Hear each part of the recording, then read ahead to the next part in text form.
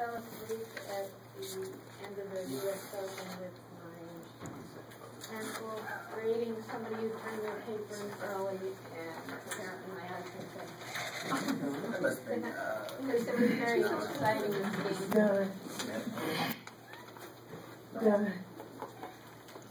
I will regrade after it's your mom, and she knows I will regrade it.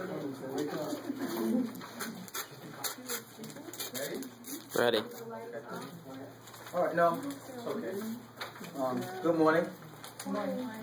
My patient is an 82-year-old retired male with a right brain CVA and hemiplegia. I'm just going to give you a brief description of right brain CVA and so forth. The right side hemisphere controls the left side of the body and a little bit of cognition. It helps make decisions, judgments, plans, emotions, visually be aware, visual perception, and solves problems and remember things. Stroke on the right side of the brain causes changes in communication, movement, vision and touch, thinking, perception, behavior, and denial of disability. Now, common behaviors are impulsive behavior, rambling speech and actions, trouble paying attention, poor memory, short attention span, disregard for the left side, and staying on topic. Now, left hemiplegia, which results from having a right brain CVA, results in left-sided weakness or paralysis, left side neglect, denial of the disability, difficulty dressing, which is also considered dressing apraxia, and left body sensory loss. OT's practice is supposed to be preventing recurrence of another stroke, control of blood pressure, which is very important, and diet, which we are not responsible for. But because it will be a part of my treatment and my goals, I will touch upon it lightly and refer the patient to a dietitian if possible. 25% of people who suffer from strokes do recover completely. 20% die within 3 months. Those are a little bit of stats.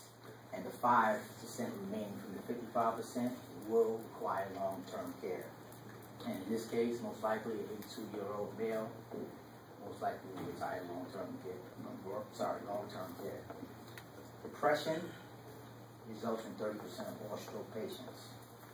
Now, as a part of my treatment, how I will open up my treatment is because a lot of the behaviors in stroke patients are depression, anxiety, fear, and impulsive behavior, very agitated. So I'll open up by touching upon assistive technology. That was the first day of my treatment, and the reason why I chose that is because technology is very effective. 2, I feel it would gather the interest of the patient because they're coming in a bad mood, blah, blah, blah. So, the first thing that I would touch upon, it's a game called Fruit Ninja.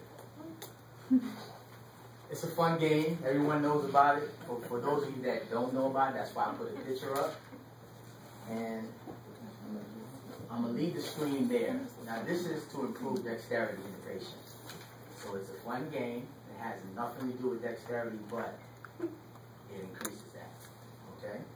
Now, at the start of my session, because of the impulsive behavior, I'll open it up with an app called Moody Me. So the patient's going to let me know how they're feeling today. So as their progress grows, they give them inspiration to want to be in a better, enlightening mood. So he's going to tell me how he feels. So whatever you want to pick. So he said he's depressed. So he said that he's depressed, and I'm going to keep this, and it's going to show a diary. So every time I see him, I can go back and look on it and know the first day of treatment, my patient was depressed. And it stays in the calendar, and I can look back on it and so forth. That'll be the opening of all my treatments for this patient. It's a comprehensive program that I designed personally to compensate for permanent losses based on the patient's individual deficits and his strengths. I would do 3 treatments, 3 days a week. 60-minute treatments 3 times a week. And like I said, the first one will be based on assistive technology. Now, I have another application called Tap to Talk, which is for the iPad. So, grammar and speech are one of the deficits.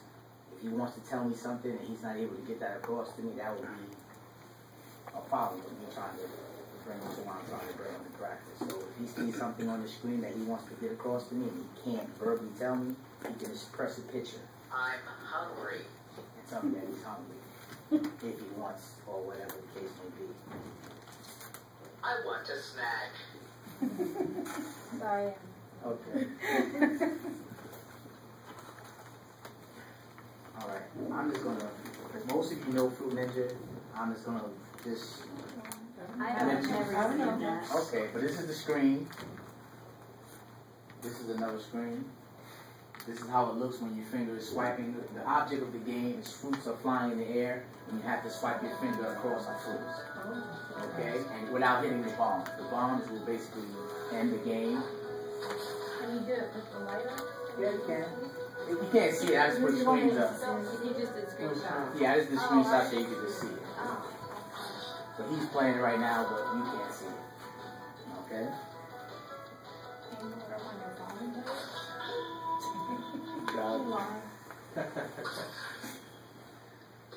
So Dr. Morgan may not know it. No, I don't. Okay. I know the ice cream scoop. So the object is to swipe the fruit and not hit the bomb. So you hit the bomb, the game will end. And this is deals with increasing that. Alright, that's it on that. Okay. Talk Assist, which is another app that's for the iPhone. Like I said, if the patient has a problem with getting across what he may get to me, like when I come in, I'll say, "Good morning, how are you?"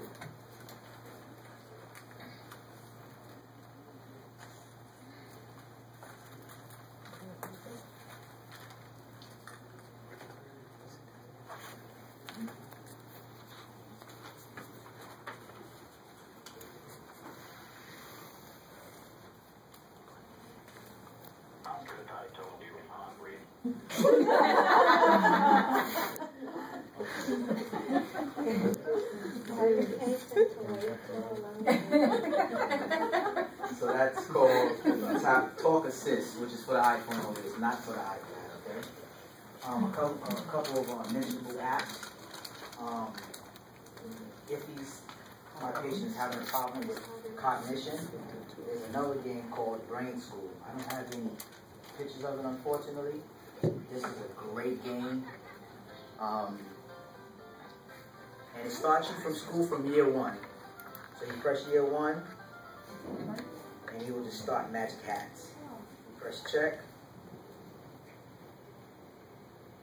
and this is Magic Hats. Now, you got to follow that hat, sir. So you saw it? He already missed it. So you would do your pre-demonstration, your demonstration. That's where the coin is at. They show you where the coin is at, you have to follow that hat. Okay? And you'll do that about 5 times until they'll grade you, and it takes you all the way up like in school. Grade 1, grade 2, grade 3, and grade 4. The name of the game is called Brain School.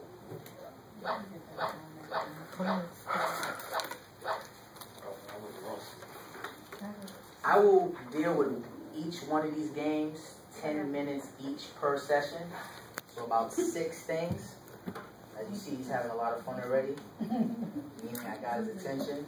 That's the point of my treatment. That's why I made day 1 basically fun and games. But the fun and games is catered towards a goal. So I want to get his attention from day 1. Okay, I already told you I opened it up with Moody Me, which would describe his emotions, how he's feeling in the day, and that's catered towards impulsive behavior in each treatment. Now, under normal circumstances, impulsive behaviors, you refer them to a neurologist. But like I said, I will tackle it because it's a part of my goals of my treatment. All right, I already showed you Fruit Ninja. Now you have a company named Small Talk. It's a very big company by Graphica, and they have a whole slew of apps catered towards stroke patients, autism, and so forth. The first one is called Aphasia, which is dealing with speech and It's not for iPad, it's for iPhone only. In practice, I personally will have an iPhone so I can deal with my patient when they come to visit me. But I feel it should be a part of insurance to guide patients in therapy. But I mean, we know that the chances of that are slim to none. Let me just break it, Lingraphia. My father was one of the first people to use it. Wow. And at that time, it was on a laptop, and they gave it to him for free. Wow, I didn't And know that. they, now, because it's probably more common, they might charge, but when they were done, they would give it back so they could use it for somebody else. But I don't know, I think now, that was probably about 7 years ago, and it was so new, and they used it for aphasia, and that they did give him, they drove out and they gave him the laptop with the whole program. But I didn't again, know that. probably, well, you can check that because it was early on when they were trying to get it out. And it's great for me to see that it's widely used. He was probably one of the first 100 people to use it. I mean, they're very interesting because they have a slew of apps. It's not one or two. It's Now, like, now they're all. it's about 10 apps that they have for stroke patients, autism, and so forth. And like I said, this is small talk. This is one of the apps. I picked the female because I'm dealing with a male patient. They have a male voice also that you can deal with. But he can use it, and he can tell me whatever he wants to tell me in our session that he wants to get across if he's not able to mention to Ms. Berger. I have aphasia. Or whatever he I wants. had a stroke. I have trouble speaking, but I can understand you. Okay, which would be helpful for me in practice. Okay. When he hears, are the actual words that need to be spoken, or are they like little visual pictures? There's visual pictures. I will show you the visual pictures with a description and an action picture. So you can slide up.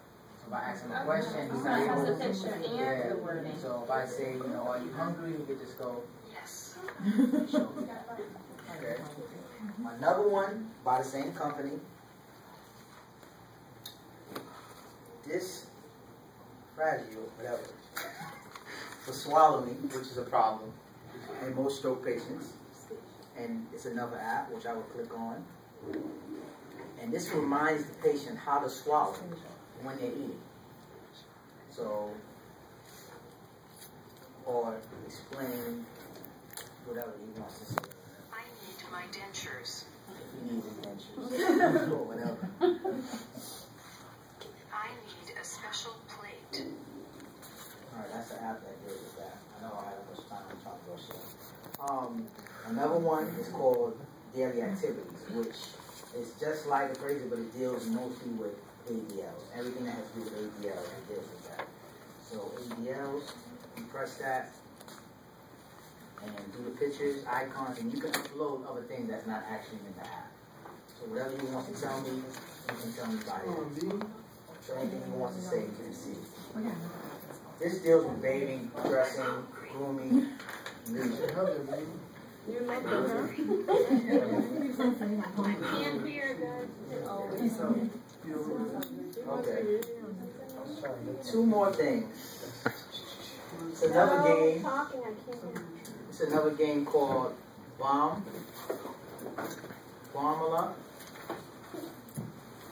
And this game deals with colors and shapes.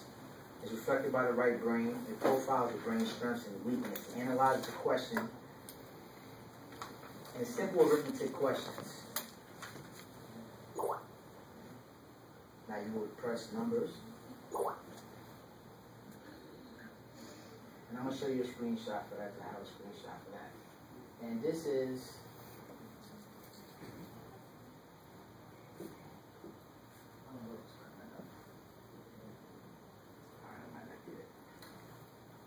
it's a game that shows simple arithmetic questions. So hold it up like the class like that. Press go. Press 1, you gotta press 1. It deals with eye and hand coordination. I apologize. 3, you take too long, the bomb will pop.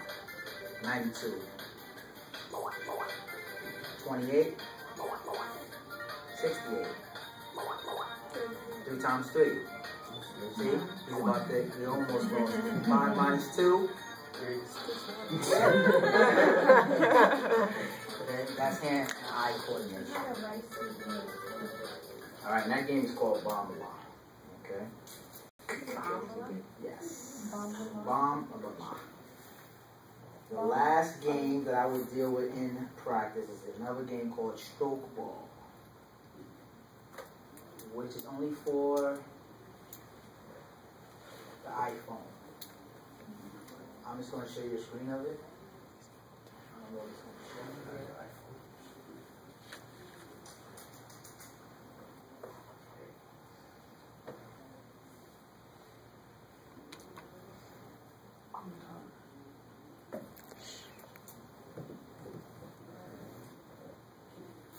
Okay. This is Stroke Ball. The gray ball can go to any color. If you have a green ball, you have to get the green ball to the green section. If you have a blue ball, you have to get it to the blue section, and so forth. And what you're going to do is when the ball is going, you're going to guide it by blocking it. Whenever you draw, it's going to block the ball to get it to where you want to get it. So that also deals with cognition, and it deals with dexterity and things as well. Now, really quick, my time is up. My second day of treatment, form of treatment, would deal with strictly exercises. Hemiplegia treatment, which is motor relearning, which is BOGAF. And realize I don't have the space to show you, but notice when I approach the patient, I will always approach the patient from the left side because of the left side neglect. That'll have him overestimate his ability to understand and start being aware of his left side because of the left side neglect. Alright? Now, the hemiplegia treatment, I don't have a seat to show you. I will sit down on the left side of the patient. Basically, you would just sit up and just get down. Can you stand up? Sit back down. And I will protect them. Stand up.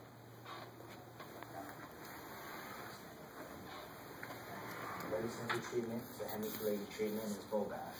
It's motor relearning. Okay? Second, I would deal with passive ROM. You all know it. I'm not going to demonstrate it, but I would deal with shoulder flexion and extension, ab, AD, deduction, elbow flexion and extension. And I will also deal with active assisted ROM, self-assisted ROM, and for the visual cueing, something called scanning and cueing techniques. Really brief. Now, with scanning and cueing techniques, I would draw a simple line drawing of a lighthouse and tell the patient, imagine that you are a lighthouse. Imagine your eyes are like the lights inside the top, sweeping all the way to the left and right of the horizon to guide the ships at sea to safety. Use your lighthouse beam to sweep and scan across the tabletop, book or newspaper, whatever you use. So basically, that's going to have him be more aware of his left side. So I will use scanning and viewing techniques, and that's an evidence-based practice that seems to be very effective. My third treatment would be a combination of the first two treatments. And the reason why I choose to do that is to give the patient something to look forward to. Basically, once you give them the games on the first day of treatment, on the second day of treatment, you show them exercise, they don't know what is this. They're going to be like, you're not going to have the interest, but I'm depending on the productivity that I get from the second session will reward him for the third session. So that's the reason why I chose to do it that way. I'm hungry. So for the third treatment, it will be a combination of the first two treatments. It will deal with the games and also it will deal with the exercises towards the treatment. That's it.